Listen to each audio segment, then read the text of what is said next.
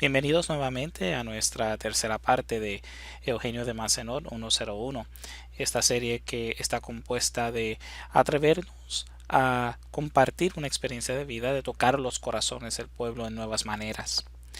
Y la última presentación vimos un poco de lo que estaban haciendo nuestros primeros misioneros de Provenza, aquel grupo fundado por San Eugenio de Macenot, y viendo un poco de su espíritu en la manera en que ellos hacían las misiones populares, llevando la reconciliación, predicando particularmente en el idioma de la gente, en diferentes acciones, haciendo un contacto personal con el pueblo. O sea que era una manera muy diferente de llevar el Evangelio en esos tiempos. Y nos anima a cada uno de nosotros también a descubrir nuevas maneras de poder llevar el Evangelio y de predicar en nuestro contexto local. Esta presentación, la tercera de nuestra serie, de esta tercera parte, se llama Atreverse en medio de las crisis de la vida. Y vamos a ver un poco la trayectoria de la pequeña congregación fundada por San Eugenio de Macenot y algunos problemas que surgen y cómo San Eugenio aún así seguía atreviéndose a llevar el Evangelio, a buscar nuevas maneras, intentarlo todo para tocar el corazón del pueblo. Vamos a utilizar esta lectura de Primera de Pedro 1.7 como nuestro tema principal, nuestro tema de enfoque. Si el oro debe ser probado pasando por el fuego y es solo cosa pasajera, con mayor razón su fe, que vale mucho más. Esta prueba les merecerá alabanza, honor y gloria el día en que se manifieste Cristo Jesús. Y ciertamente en estos próximos minutos en que vamos a compartir, veremos cómo San Eugenio se veía como el oro dentro del crisol, pasando por el fuego. Pero el oro finalmente llega a un momento en que es precioso, un metal que luego se utiliza para hacer joyería y cosas así. Es un metal precioso. Y así también surgirá Eugenio de Macenot de estas crisis que se le presentarán a su pequeña congregación. Vamos a ponerlo un poco en contexto. Una de las cosas que hizo San Eugenio, a pesar de que los que lo acompañaban eran sacerdotes diocesanos, era animarlos a pensar sobre los votos religiosos. Él siempre tuvo dentro de su corazón ese deseo de que fueran una congregación religiosa y que fueran entonces también unidos con los votos o los que llamamos los consejos evangélicos de obediencia, pobreza y castidad. Aquí ven el altar que hoy día se encuentra en la Casa General en Roma, y fue delante de ese altar que el padre Tampier y San Eugenio profesaron sus votos por primera vez. Fueron solamente ellos dos en esta primera etapa de esta pequeña congregación. Y él mismo nos cuenta un poco de lo que sucedió ese día, que fue un jueves santo. Siempre estuvo en mi pensamiento que nuestra pequeña familia debía consagrarse a Dios y al servicio de la Iglesia por medio de los votos religiosos. Se lo confié al padre Tampier, al que había elegido para ser mi director y que me había elegido para ser el suyo. Le encantó esta propuesta que respondía a sus propios deseos y convinimos, el padre Tampier y yo, dar curso a este proyecto. En resumen, el padre Tampier y yo juzgamos que no era necesario postergarlo más, y el jueves santo, el 11 de abril de 1816, nos pusimos ambos bajo los cimientos del hermoso monumento que habíamos hecho sobre el altar mayor de la iglesia de la misión. En la noche de este santo día, hicimos nuestros votos con una inefable alegría. Gozamos de nuestra felicidad durante toda esa bonita noche en la presencia de nuestro Señor. Así que ya ven que él siempre quiso tener esa vida dentro de los votos religiosos. Será importante porque esto causará algunos problemas en el futuro de la pequeña congregación. También para ponernos un poco en contexto de lo que está sucediendo en estos tiempos, vamos a mirar algunos ingresantes. La congregación seguía creciendo. Recuerden que eran solamente unos 6 que habían comenzado en 1816. 5 miembros de la congregación juvenil de Aix, que Eugenio había fundado, expresaron su interés para entrar. Él mismo dice, había pensado al mismo tiempo en formar en torno a su persona como una escuela apostólica. Recuerden que eso fue lo que él había hecho en el seminario, la asociación apostólica, pero también que había hecho con los jóvenes. Esa fue su primera prueba, se puede decir, para poder entonces fundar una congregación. De entre 1815 y 1818, 19 personas entraron al noviciado y de esos 19 hombres, 14 perseveraron para entrar a la congregación. Entre ellos miramos estos nombres que eran de los jóvenes que habían estado dentro de la congregación de juvenil de Aix: Kurt, Suzanne, Moreau, Honorat, Sumien, Marcoux, Jean-Card, Martin, Jordan, Gig, Arnaud, Guibert. Y estos serían aquellos que en realidad llevarían por dentro el espíritu mismo de San Eugenio, aquello que él quería hacer para la misión. Él mismo les dice que era una perfecta libertad de espíritu en unión con Dios, a ver estos jóvenes entrando a la congregación de los misioneros de Provenza. Parte del contexto también hay algunos acontecimientos políticos o sociales. En parte es que las misiones continuaban. Entre 1816 y 1818 hicieron 6 misiones populares. Y también, como se recuerdan en la última presentación, les dije que aquellos que permanecían en casa, en Aix, eran los que se dedicaban a la pastoral juvenil. Así que eso todavía continuaba, que ayudaba también en las vocaciones.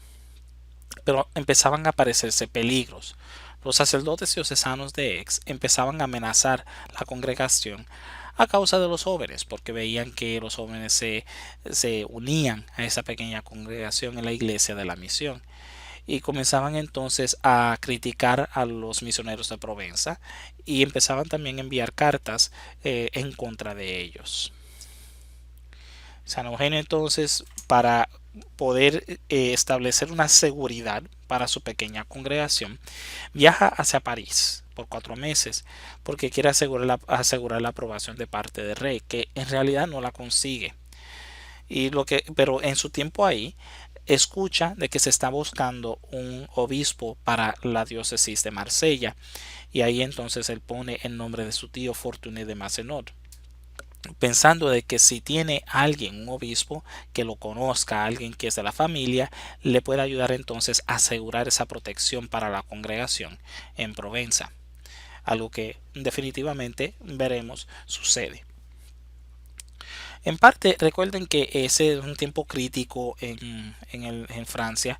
Acaba de regresar la monarquía, y durante el tiempo de la Revolución y el tiempo de Napoleón Bonaparte, la diócesis de Marsella había estado vacante, completamente vacante, por varios años. Entonces estaban buscando un obispo que pudiera arreglar o poner por lo menos un poco de orden en una diócesis que estaba un poco desordenada por no haber tenido un obispo. Más sobre ese contexto, viendo que estos misioneros seguían predicando sus misiones populares, sucede que también se les ofrece un santuario fuera de la región de Provenza, el santuario de Nuestra Señora del Lourdes. Y aquí Eugenio ve una oportunidad para hacer una misión permanente, o sea que en vez de ellos ir a donde se encontraba la gente podría venir donde ellos cuando eran esos tiempos del invierno, particularmente donde no podían predicar en los pueblos. Él mismo nos dice: sentí que debía convocar un consejo extraordinario a todos los que entonces componían mi pequeño bando, incluso a los miembros más jóvenes que no estaban en las órdenes mayores. Quería convencerles de que si queríamos responder a la llamada de otra diócesis para establecer una nueva fundación, debíamos ampliar las reglas que estábamos siguiendo, elaborando unas constituciones más extensas, estrechar nuestros lazos y establecer un sistema de jerarquía. En otras palabras, coordinarlo todo de tal forma que pudiéramos tener un criterio y un código de conducta. Todos teníamos el mismo sentir que yo y me instaron a que dedicara mi tiempo con prontitud e inmediatez a la tarea de redactar las constituciones y reglas que deberíamos adoptar. O sea que el tomar este nuevo ministerio, este nuevo santuario de Nuestra Señora de Lourdes, indicaba que ya la pequeña comunidad no estaba en el mismo lugar. y teniendo entonces misioneros en otros lugares, en otras casas que se estaban estableciendo, se necesitaba algo que los pudiera unir. Y por eso San Eugenio decide que ahora es importante tener una regla de vida que les pudiera ayudar a mantener esa unidad de vida. Solamente la regla lo podía hacer cuando ellos estuvieran en diferentes lugares. Y entonces él viaja a la casa de campaña que tiene la familia de Massenot en Saint Laurent du Verdon. Y ahí se dedica a escribir la primera regla, que es la regla de 1818. Aquí tienen un poco de lo que él quiso hacer con esa regla. Un prólogo, la primera parte que habla de cuál es la misión, cuáles son los fines del instituto, lo que estaban haciendo en las misiones populares y otros ejercicios que ellos mismos hacían. La segunda parte, las obligaciones particulares de los misioneros, el espíritu de pobreza y los votos de castidad, obediencia y perseverancia, silencio, recogimiento, mortificación y penitencias corporales. Y la tercera parte, gobierno de la sociedad, o sea, la parte jerárquica de cómo iban a vivir.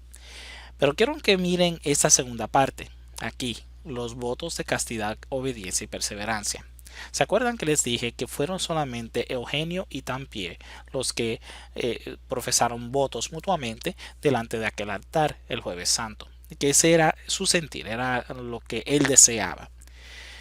Desafortunadamente no todos querían seguir eso, entonces cuando él lo escribe dentro de la regla, algunos vienen a criticarlo porque son sacerdotes diocesanos que no querían vivir esa vida de religiosos.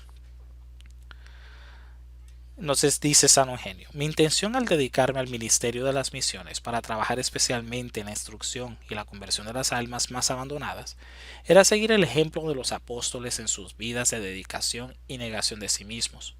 Me convencí de que para obtener los mismos resultados en nuestra predicación debíamos seguir sus huellas y tanto como fuera posible practicar las mismas virtudes.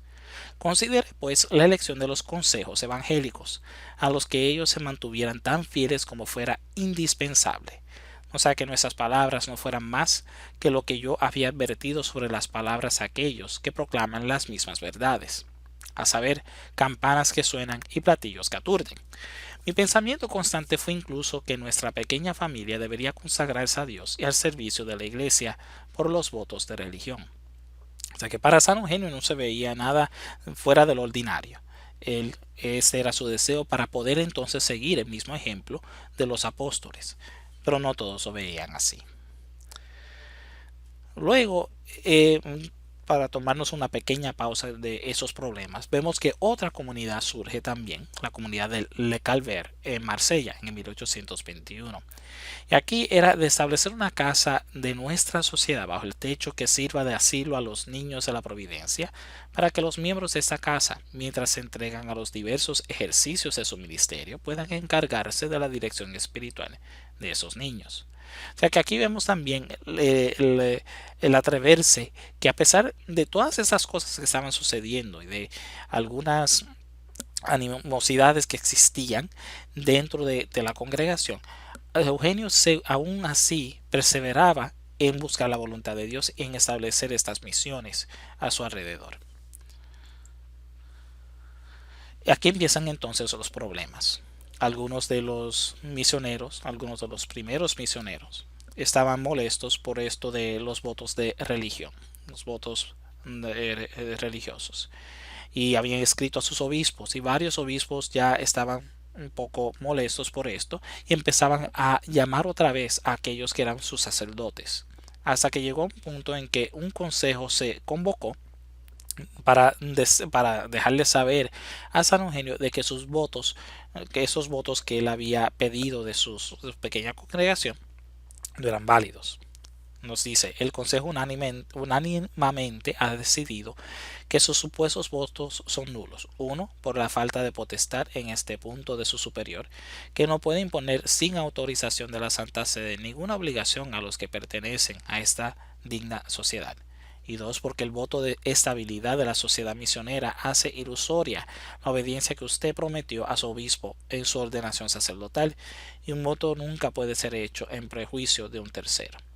Esa carta se le escribió a uno de los primeros misioneros y ese le entrega a San Eugenio, que obviamente no estaba muy a gusto con esta carta. Pero se ve entonces que ahora hay muchos que se están yendo de la congregación precisamente por lo que los obispos estaban pidiendo. Eugenio no tenía la autoridad de la Santa Sede para recibir votos y esta sociedad iba a desaparecer. Y aquí Eugenio ve su gran peligro. En el 1823 sucede otra cosa que pondrá a esta congregación en peligro también. Aquello que Eugenio había ido a hacer en París no le resultó, no recibió aprobación del rey de Francia, pero sí logró poner el nombre de su tío Fortuné de Mazenot, que ven aquí a la izquierda, como el próximo obispo de Marsella. Entonces en 1823 Fortuné lo ordenan obispo, lo consagran obispo y lo nombran obispo de Marsella. Pero él indica que lo haría solamente si pudiera tener a dos vicarios generales. Uno, su sobrino, Eugenio, y dos, el padre Enrique Tampier, su segundo. Aquí tenemos las dos figuras principales de la congregación que de repente ahora tienen que viajar a Marsella.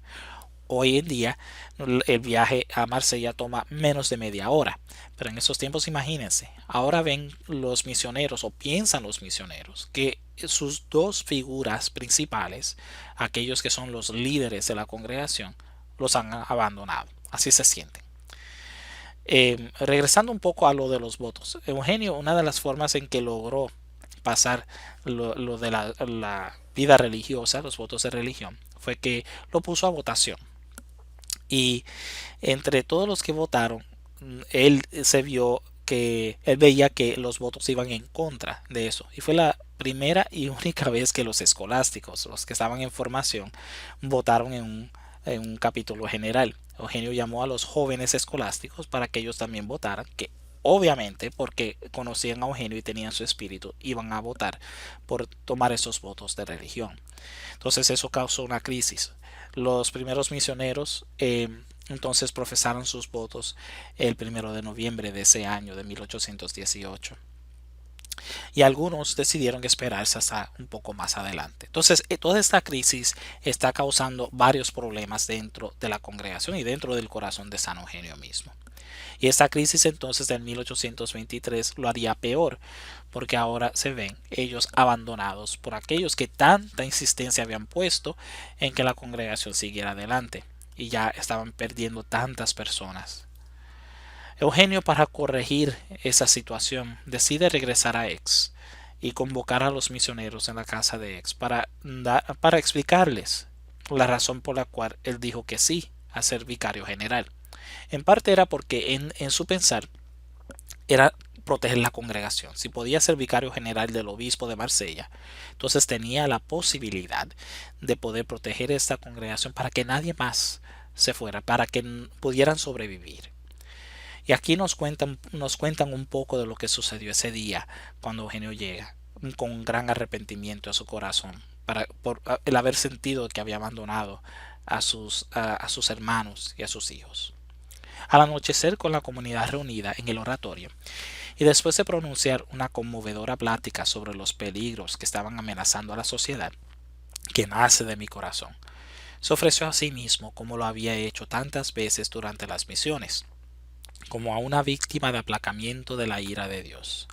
A continuación, después de ordenar que se apagaran todas las luces, se flageló a sí mismo hasta el grado de derramar sangre, arrancando lágrimas y sollozos de todos los miembros. La escena, que evocaba los incidentes más sobrecogedores que se encuentran en las vidas de los santos fundadores de las órdenes religiosas, fortaleció nuevamente las vocaciones que habían sido debilitadas por la defección de unos cuantos miembros veteranos. Todos sintieron que resurgiría el afecto que tenía hacia él, y para consolarle por la traición de los falsos hermanos, le prometieron su lealtad sin límites. El fervor compensaría la falta de los miembros. Esta escena bastante emotiva nos enseña lo que era capaz de hacer nuestro santo fundador para proteger esa congregación y para también pedir perdón para que ellos no se sintieran abandonados o traicionados.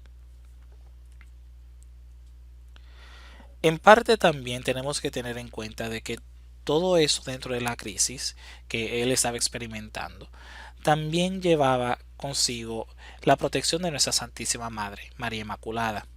Eugenio atribuye varios de sus pensamientos de que esta congregación tenía que existir precisamente a la gracia que María Inmaculada le había dado.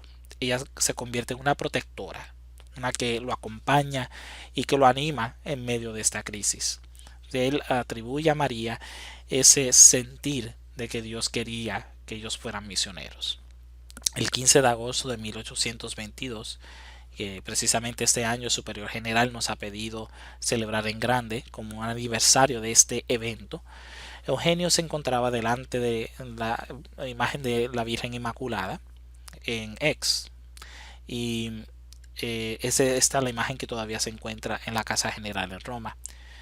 Agobiado un poco por lo que estaba sucediendo con los que se estaban yendo, estaban abandonados a la congregación, y tuvo una experiencia muy profunda delante de esta imagen. Algunos dijeron que supuestamente ella recobró vida y le sonrió. Eugenio nunca dice eso, pero sí dice que tuvo una experiencia que le hizo conocer de que eso tenía que seguir adelante y que María estaba protegiendo a esa pequeña congregación.